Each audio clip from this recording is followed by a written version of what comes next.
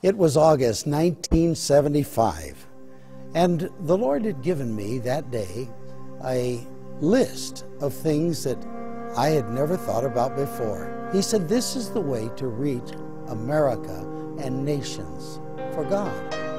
In every city of the world, an unseen battle rages for dominion over God's creation and the souls of people.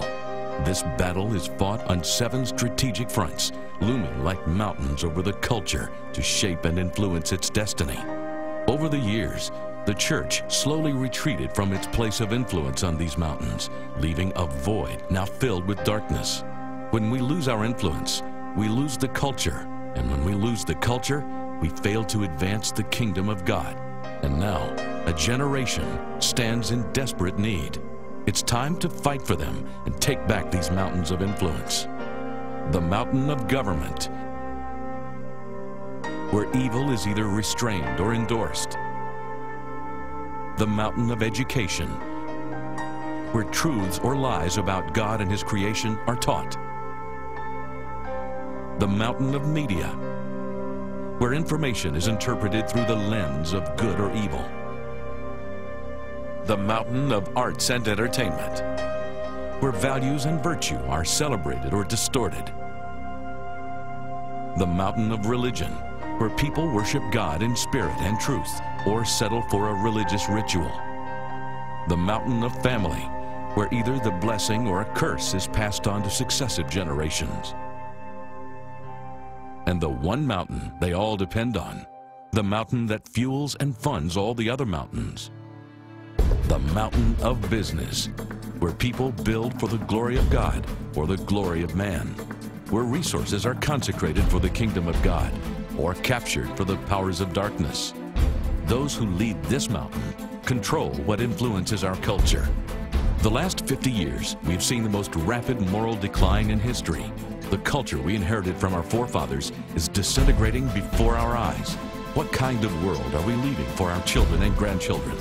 As long as the business mountain is held by enemies of the gospel, funding for the other mountains will always be constrained, and any efforts to advance the kingdom of God will be hindered. Imagine God's people reclaiming their cities and government, in the arts and entertainment, in the media, in education, in the family, in religious influence, but only limited by their imagination and not by a lack of finances. It's possible, but first, we must take back the mountain of business. God's move to take this mountain back has already begun. Thousands and thousands of business leaders in every major city across the nation are filling arenas to learn from business leaders and hear the gospel of Christ. 90% of people working in the marketplace believe in God. 78% believe spirituality and business mix. 70% say that because of their faith, they find meaning and purpose in life. There are over 56 million Bible-believing Christians working in the marketplace, a vast army of God waiting to be truly engaged in the battle. Yet this strategic army and battlefront has largely been left ignored by the church.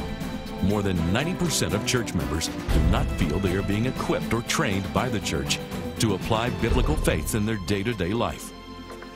The business mountain is so strategic because that is the place of influence. When you look at culture, so much of culture is defined by what happens in business.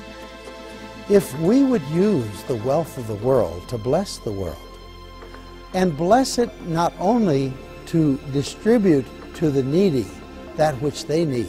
When you bring economy and economic benefit to a nation or a culture, then you have influence in that culture. People, as they're transformed, who will transform all the spheres of society.